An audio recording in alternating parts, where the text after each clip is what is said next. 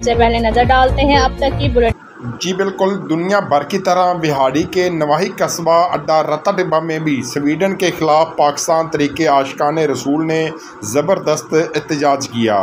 पाकिस्तान तरीके आशिकाने रसूल बिहाड़ी के मरकज़ी सदर सैयद गज़फ़र रियाज़ बुखारी, मरकज़ी चेयरमैन अख्तर हुसैन शरानी व रहनुमा तरीके चौधरी सज्जाद यूनुस वाला ने एहतजाजी मुज़ाहरा करने वाले शुरा से खिताब करते हुए हुकूमत पाकिस्तान से मुतालबा किया कि स्वीडन से पाकिस्तानी सफ़ीरों को फिलफौर वापस बुलवाया जाए और उनके सफ़ीरों को मुल्क बदर किया जाए। हम कैसे कमज़ोर ईमान के मुसलमान हैं जो अपनी सियासत चमकाने के लिए और अपना इक़्तिदार बचाने के लिए अपनी औरतों को भी लेकर सड़कों पर आ जाते हैं, लेकिन तहफ़्फ़ुज़ इज़्ज़त कुरान और तहफ़्फ़ुज़ नामूस रसालत के लिए अपनी पनाह गाहों में छुप जाते हैं और कहते हैं कि दुश्मन हमारा कुछ नहीं बिगाड़ सकता। ऐसे मुर्दा ज़मीर मुसलमानों को कुरान पाक की सरबुलंदी के लिए मैदान अमल में निकलना होगा। जी बिस्मिल्लाहिर्रहमानिर्रहीम।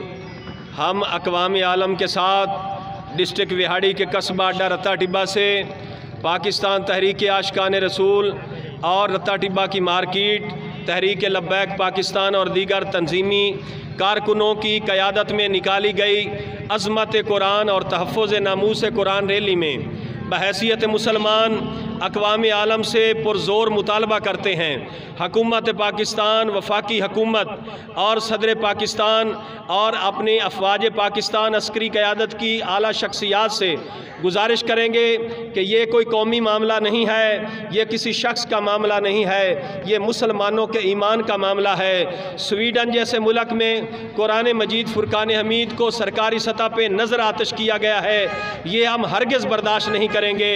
तो हम आपसे मुतालबा करते हैं, ख़ास तौर पे पाकिस्तानी हुक्मरानों से मुतालबा करते हैं कि अगर और आप कुछ नहीं कर सकते तो कम से कम वहाँ से अपने सफ़ीर तो वापस बुला लो, उनके सफ़ीरों को वापस भेज दो और स्वीडन जैसे मुल्क की जितनी प्रोडक्ट हैं, मसनूआत हैं, कम से कम उनका तो बाईकाट कर लो।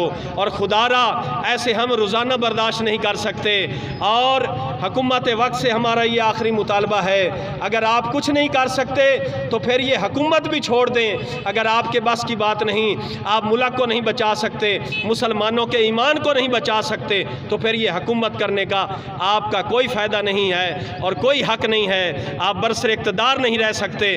अगर बहैसियत मुसलमान ईमान की ताकत रखते हो तो अपने सफ़ीरों को वापस बुला लो।